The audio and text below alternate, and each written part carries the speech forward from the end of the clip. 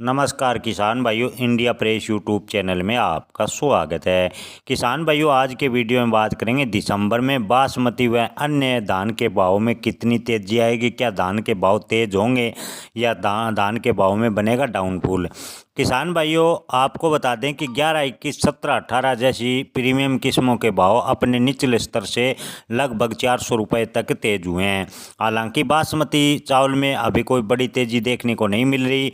व्यापारी और मिलर्स इस सीजन फूंक फूंक कर कदम रख रहे हैं। पिछले साल महंगे भाव धान खरीदने के कारण कुछ मिलों को नुकसान उठाना पड़ा था। इसको देखते हुए जब तक चावल के भाव में तेजी नहीं बनती तब तक धान के बाजार में कोई बड़े जंप की उम्मीद फिलहाल की स्थिति को लेकर नहीं लगती। जिस तरह से विदेशी बाजारों से अपडेट मिलते हैं उसे देखते हुए मंदी की संभावना बेहद कम है। उम्मीद है कि बाजार धीरे धीरे तेज होगा, यानी बाजार में कोई बड़ा उछाल एक साथ नहीं होगा। बाजार में धीरे धीरे तेजी आएगी। किसान भाइयों, आपको बता दें कि पिछले साल दिसंबर की शुरुआत में धान के भाव में गिरावट हुई थी, लेकिन इस बार लगता है कि धान के भाव में आने वाले दिनों में दिसंबर में धीरे धीरे स्लो स्पीड से तेजी बनेगी। किसान साथियों, 2024 में सरकार ने बासमती की निर्यात से न्यूनतम निर्यात मूल्य की सीमा को हटा दिया है। अभी तक बाजार में इसका कोई असर देखने को नहीं मिल रहा, लेकिन संभावना है कि आने वाले दिनों में यानी दिसंबर या नवंबर के अंत से 1509, 1847, 1692 जैसी किस्मों के निर्यात में तेजी आएगी।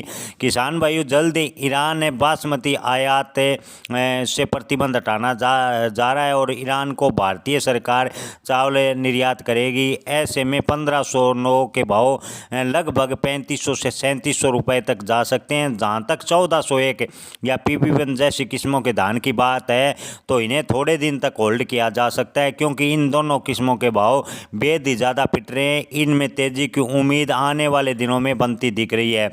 मध्य प्रदेश की मंडियों में तो PP1 के हालात बेहद ही खराब हैं। प्रीमियम किस्में जैसे 11, 21, 17, 18 और 1885 जैसी किस्मों की आवक बढ़ने के कारण व्यापारी फिलहाल पूसा 1 में इंटरेस्ट नहीं ले रहे, इसलिए इनकी पिटाई हो रही है। कमज़ोर भाव को देखते हुए यहाँ पर थोड़ी बहुत खरीदी की जा रही है।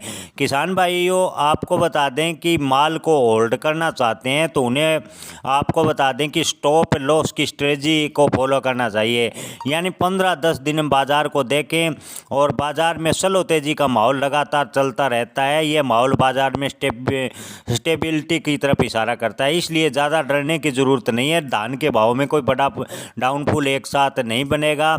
अगर ट्रेंड को देखें तो स्टॉप लॉस स्ट्रेटजी का अपनाना सही विकल्प होगा। जब तक बाजार में 20-10 रुपये प्रति क्विंटल तक का सुधार चलता है तब तक अपने माल को होल्ड करके रखें, और जैसे ही 1-2 दिन में 10 या 20 रुपये की गिरावट देखने को मिलती है तो धान निकाल दें और अब इसमें भलाई होगी ताकि बड़ा नुकसान ना हो। किसान भाइयों, आने वाले दिनों में यानी नवंबर के अंत से दिसंबर पूरे महीने धान के भाव में तेजी के संकेत है। हालांकि तेजी स्लो स्पीड से बनेगी। तेजी एकदम से कोई धान के भाव में बड़ा उछाल होगा, इसकी संभावनाएं फिलहाल मार्केट को देखकर नज़र नहीं आ रही। धन्यवाद।